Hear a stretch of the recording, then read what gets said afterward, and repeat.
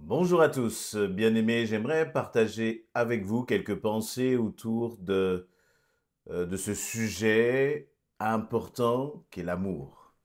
C'est non seulement un sujet important, mais c'est finalement ainsi que Dieu se définit. Dieu est amour. Dieu est amour. Et nous sommes heureux chacun d'être au bénéfice de son amour. Sans l'amour de Dieu, nous n'aurions pas la paix. Sans l'amour de Dieu, nous n'aurions pas la joie. Sans l'amour de Dieu, nous ne pourrions pas connaître,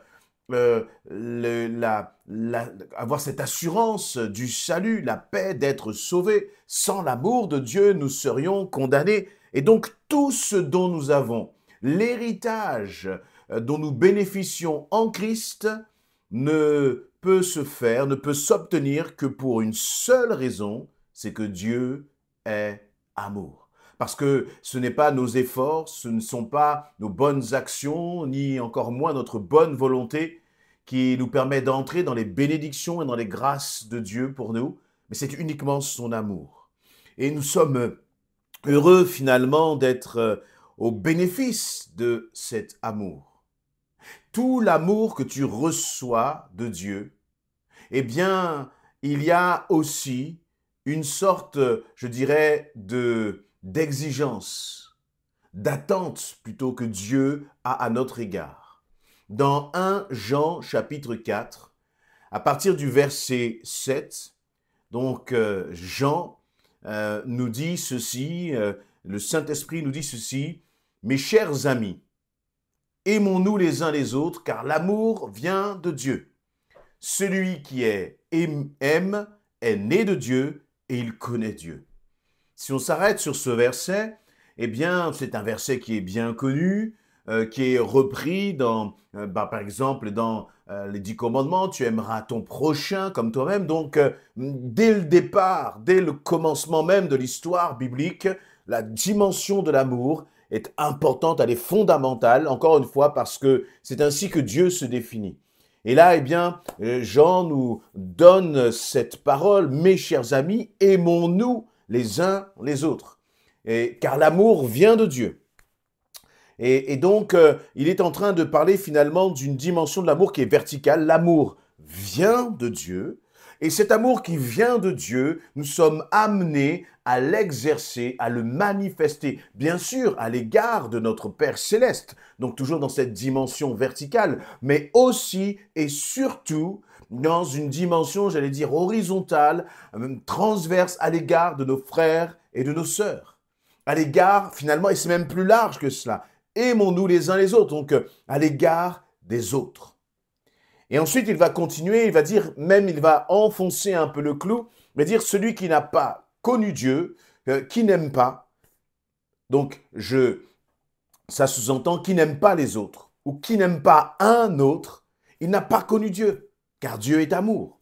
Effectivement, je ne peux pas dire que j'aime Dieu si je ne suis pas capable de dire que j'aime l'autre. Et l'autre, c'est tous les autres. Même ceux qui peut-être te fâchent un peu, me fâchent un peu dans leur façon de faire, dans leur caractère, dans leur façon de parler, dans leur façon de se comporter, de s'exprimer, peu importe tout cela. Pourquoi? Eh bien, parce que lorsque Dieu nous parle d'amour, on pourrait avoir plusieurs références et même plusieurs définitions de l'amour. Mais laissez-moi vous dire que là, le Seigneur met tout le monde d'accord sur la définition de l'amour.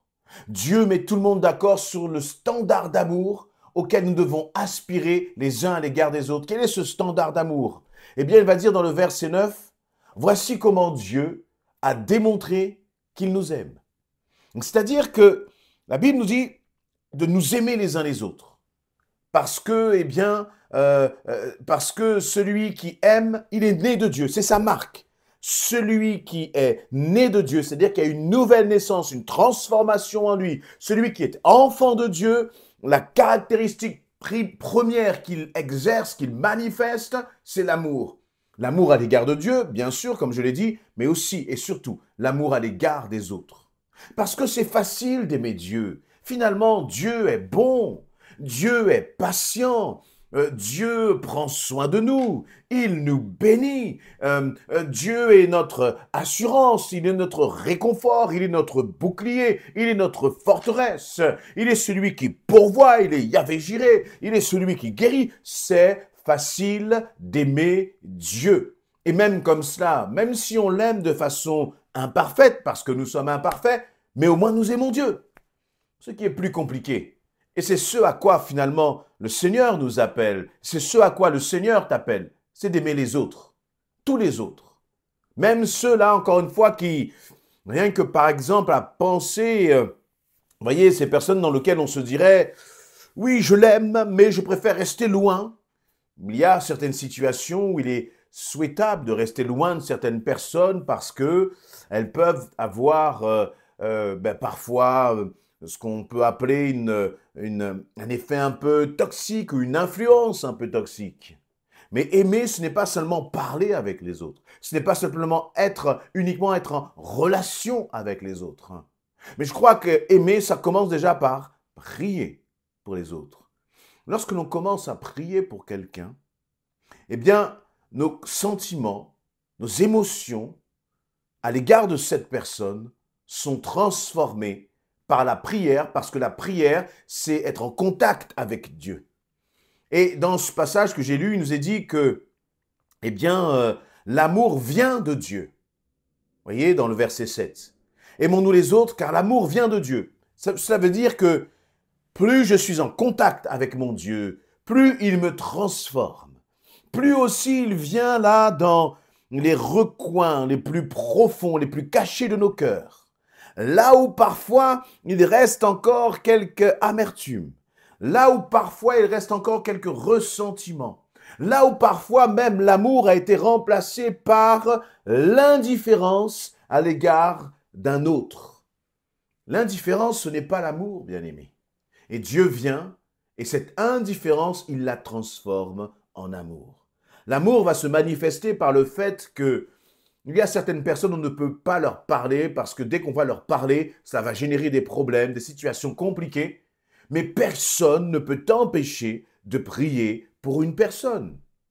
Personne ne peut t'empêcher d'intercéder pour elle, de l'amener, de la porter devant le trône de la grâce. Et en faisant cela, finalement, eh bien, tu refuses l'indifférence et à l'indifférence, eh bien, tu proclames l'amour dans ton cœur pour ces personnes.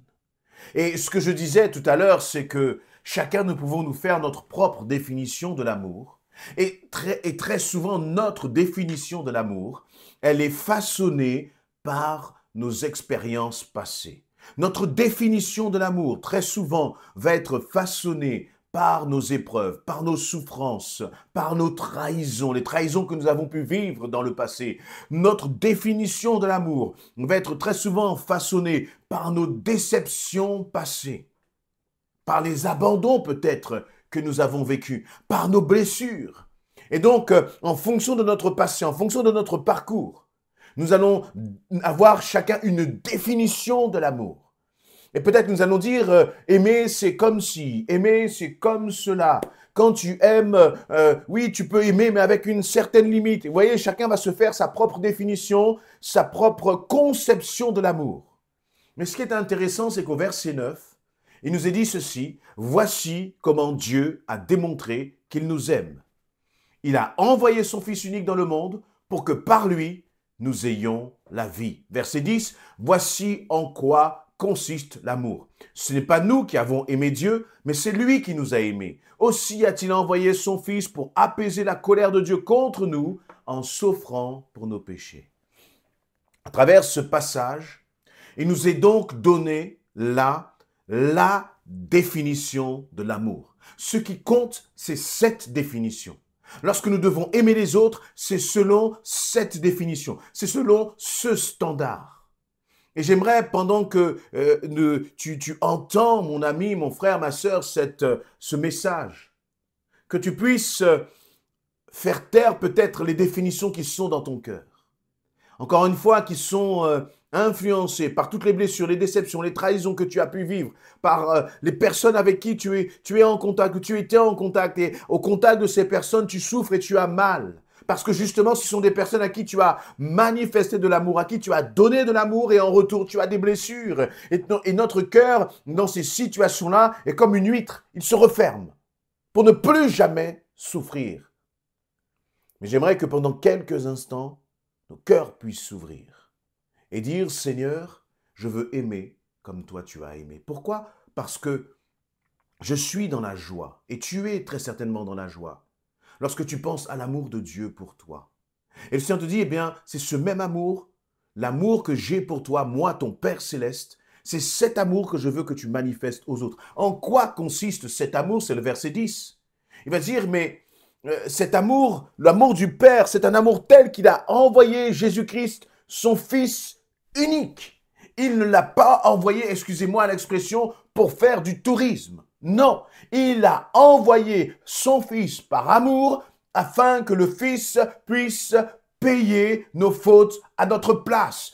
Le Père a envoyé le Fils par amour afin que le Fils puisse porter nos iniquités, puisse souffrir, puisse être rejeté, puisse être cloué sur une croix à notre place.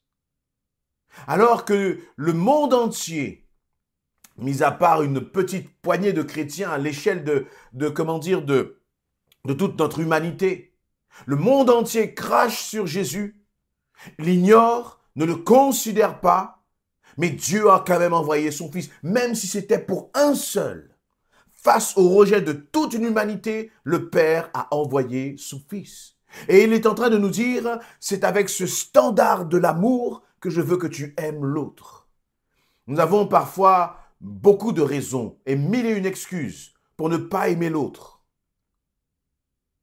Mais Dieu dit finalement à travers cela, je n'ai pas regardé à votre cœur dur.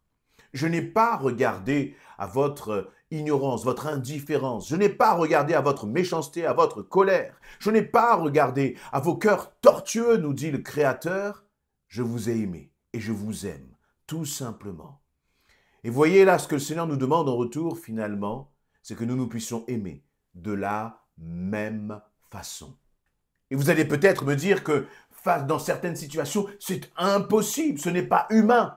Eh bien, vous avez raison, bien-aimés, parce que Dieu ne nous demande pas d'aimer par nos propres forces. Il ne nous demande pas d'aimer avec nos conceptions, mais il dit l'amour vient de Dieu. Qu'est-ce que cela signifie donc? Cela veut dire que Dieu veut faire de nous des canaux. Il veut faire de toi un canal d'amour. Il ne te demande pas d'être une source d'amour. La source, c'est lui. Et la source, il déverse son amour en nous. Et nous sommes un canal qui doit communiquer cet amour aux autres, à ceux qui te blessent, à ceux qui te font du mal, à ceux que tu ne comprends pas. Dieu te dit, garde ton cœur ouvert, afin que, à travers ton cœur ouvert, moi je puisse déverser mon amour en toi et toi tu puisses le déverser dans le cœur de l'autre. Et c'est comme ça que l'autre va être interpellé. C'est comme ça que le cœur d'un époux, que le cœur d'une épouse, que le cœur d'un collègue de travail, d'un ami, d'une connaissance va être touché. C'est que face à sa méchanceté, tu puisses toi lui communiquer l'amour qui vient de Dieu. C'est intéressant parce que Dieu, finalement, d'une certaine façon, compte sur toi. Dieu compte sur toi pour être un ambassadeur d'amour. Un jour, tu as été touché parce que quelqu'un est venu vers toi et t'a manifesté l'amour de Jésus-Christ. Et c'est ce que le Seigneur attend aujourd'hui. Et cet amour, il ne regarde pas à l'apparence de l'autre. Cet amour, il ne regarde pas à ce que l'autre peut nous rapporter. Cet amour, il ne regarde pas aux bonnes actions, aux bonnes œuvres que l'autre t'a manifestées, à l'aide qu'il t'a apportée, au soutien qu'il t'a apporté. Ça, ce n'est pas l'amour. L'amour, cela va au-delà. L'amour n'attend rien en retour. Il donne, il donne, il donne, et ça s'arrête là. Et le Seigneur va dire que le Fils lui-même s'est donné. Il a été envoyé parce que Dieu était en colère contre toi, en colère contre moi, à cause de notre péché dans le verset 10. Et c'est face à cette colère, le Fils n'a pas voulu que cette colère tombe sur moi, tombe sur toi. Et donc il s'est mis là comme un intermédiaire.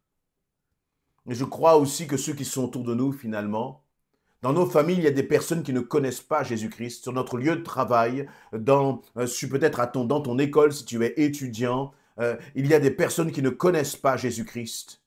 Et il va nous falloir beaucoup d'amour. Il nous faut l'amour du Père pour ne pas voir ces personnes comme des personnes que nous devons rejeter, mais plutôt comme des personnes pour lesquelles nous devons dire, Seigneur, je veux manifester mon amour à l'égard de cette personne, afin que ta colère ne tombe pas sur lui, mais qu'à travers l'amour que je vais manifester, cette personne puisse être interpellée, se donner à toi et puisse être transformée et changée. Et je terminerai, j'ai été un peu long, mais je vais terminer par cette parole. Parfois, dans l'Église, voyez, nous sommes compatissants à l'égard des païens, parce que nous savons que ce sont des païens, et donc nous sommes compatissants à leur égard. Et lorsque ces païens commencent à donner leur vie à Christ, ils ne sont pas changés et transformés en un coup de baguette magique. Il y a tout un travail qui doit s'opérer, toute une métanoïa, toute une transformation qui doit s'opérer dans les cœurs. Et nous, en tant qu'enfants de Dieu, nous devons être aussi patients avec ces chrétiens nouveau-nés qui doivent encore passer par tout un travail là que le Saint-Esprit doit accomplir dans leur cœur. De ne pas les regarder, de ne pas les juger, mais plutôt de les accompagner et continuer de leur manifester de l'amour. Quelqu'un qui vient d'être baptisé, même après 1 an, il est encore un bébé spirituel et il a encore besoin que tout l'amour lui soit manifesté. Alors, soyons patients. Soyons pleins de compassion, de bienveillance. Nous pouvons reprendre, bien sûr, mais de faire avec amour et douceur. Et c'est ce à quoi le Seigneur nous appelle, de nous aimer les uns les autres, sans exception de personne. Amen.